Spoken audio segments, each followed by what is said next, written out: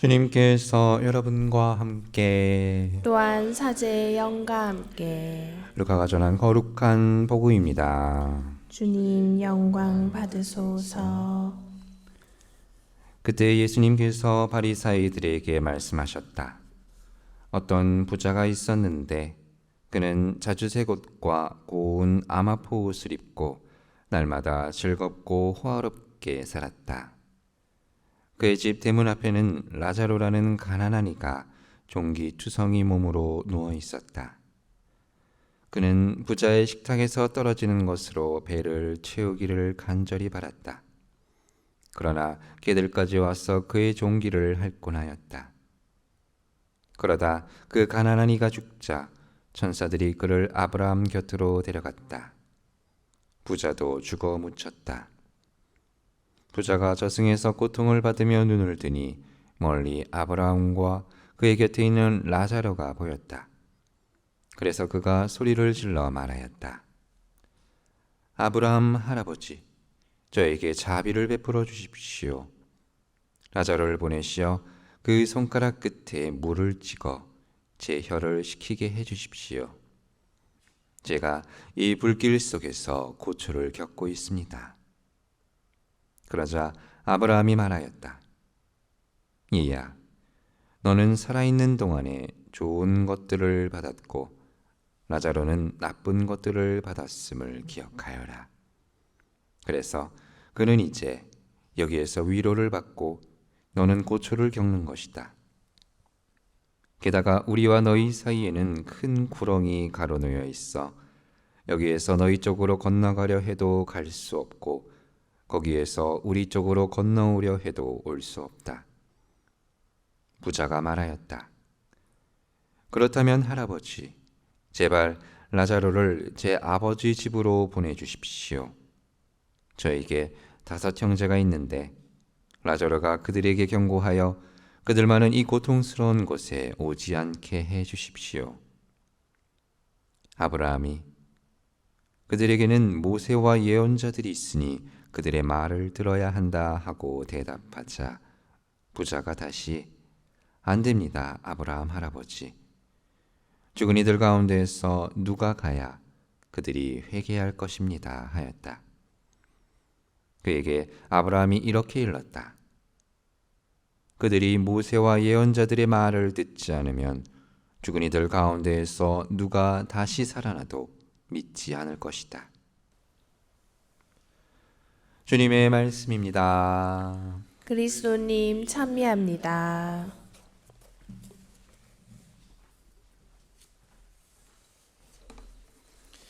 찬미 예수님. 네, 오늘은 연중 제26주일입니다. 동시에 세계 이주민과 난민의 날로 보내고 있습니다. 우리나라에 살고 있는 이주 노동자들과 이민자들에게 관심을 갖고 이웃을 향한 사랑 실천에 조금 더 힘썼으면 좋겠습니다. 오늘 복음은 부자와 라자로라는 복음 말씀이 봉독되었습니다. 그 이야기를 다시 한번 떠올려 볼까요? 한 부자가 있었습니다.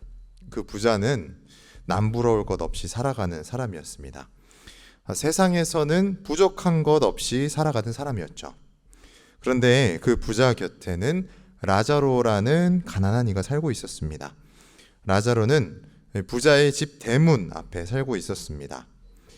라자로는 부자의 작은 도움이라도 받고 싶었지만 그럴 수 없었습니다. 그러다가 부자가 죽어 묻혔고 라자로도 죽게 되었습니다. 부자는 저승에서 고통을 겪게 되었는데요. 그러다가 그가 눈을 들어보니 라자로는 아브라함 곁에서 안식을 누리고 있는 것을 보게 되었습니다. 부자는 아브라함에게 자비를 청합니다. 하지만 그가 있는 곳과 아브라함이 있는 곳은 교류를 할 수 없는 곳이라는 대답을 듣게 됩니다. 부자는 자기 가족만이라도 자신과 같은 고통을 겪게 하지 않기 위해서 아브라함에게 많은 부탁을 합니다. 하지만 그것마저도 거절당하게 되죠. 오늘 복음에서 예수님께서는 우리에게 무엇을 말씀해 주고자 하시는 걸까요? 오늘 1독서에서 오늘 1독서 말씀에서 그 힌트를 발견할 수 있습니다. 아모스 예언자가 이렇게 말합니다. 불행하여라. 시온에서 걱정 없이 사는 자들. 요셉 집안이 망하는 것은 아랑곳하지 않는다. 그러므로 이제 그들이 맨 먼저 사로잡혀 끌려가리니 비스듬히 누운 자들의 흥청거림도 끝장나고 말리라. 여기서도 부자와 그렇지 못한 이들이 등장합니다. 아모스 예언자는 이 부자들에게 요셉 집안을 돌보는 책임이 있다는 것을 말해주는 것이죠. 오늘 복음의 상황도 마찬가지입니다. 부자에게는 가난한 라자로를 돌보는 책임이 있습니다. 단순히 재물이 많기 때문이 아닙니다. 부자에게 라자로는 이웃이기 때문입니다. 부자는 분명히 라자로의 존재를 알고 있었습니다. 자신의 집 대문 앞에 버젓이 있는 가난한 라자로를 모를 리 없었겠죠. 그럼에도 그는 자신의 이웃을 철저히 외면하였습니다. 저는 이 복음을 묵상하면서 또 한 가지 복음 말씀이 떠오릅니다. 바로 탈란트의 비유입니다. 주인은 종들에게 각자 능력에 맞게 탤런트를 맡겼습니다.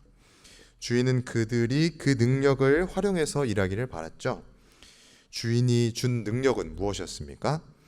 바로 자신만을 위해서 쓰라고 능력을 준 것이 아니겠죠. 하느님께서 우리에게 능력을 주시는 이유는 당신이 사랑하시는 사람들이 서로 사랑의 계명을 실천하며 살라고 주시는 것입니다. 오늘 제2독서 디모데오 1서에서도 이렇게 말해줍니다. 우리 주 예수 그리스도께서 나타나실 때까지 흠없고 나무랄 데 없이 계명을 지키십시오. 우리가 지켜야 할 계명 무엇일까요? 바로 사랑의 계명입니다. 우리는 주님을 다시 만나게 될 때까지 이 계명을 끝없이 실천해야 하겠습니다. 이번 한 주 그리고 9월의 마지막 주를 보내면서 사랑의 계명을 실천하기를 다짐하도록 합시다. 또한 순교자 성월 마지막 주를 보내면서 순교자들의 정신을 되새기도록 합시다. 우리의 믿음이 더욱 굳건해지기를 바라면서 이번 한 주도 기쁘게 보냈으면 좋겠습니다. 믿음을 위하여 훌륭히 싸워 영원한 생명을 차지하십시오. 아멘.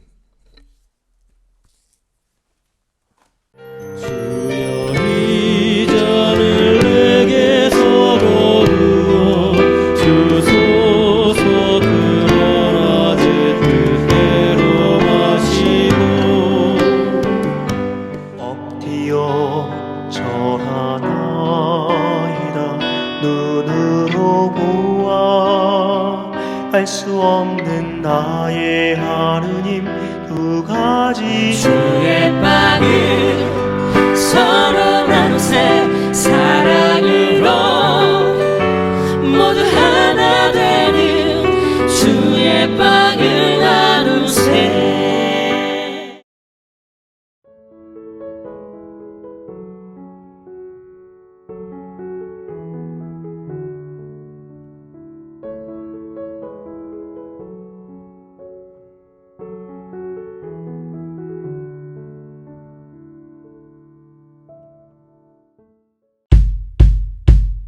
동글동글 콩으로 만든 청국장, 동글동글 콩으로 만든 청국장. 찌개로도 먹고요, 가루는 생수에도 타서 먹어요. 우리 모두 건강을 챙겨봐요. 생태맘 청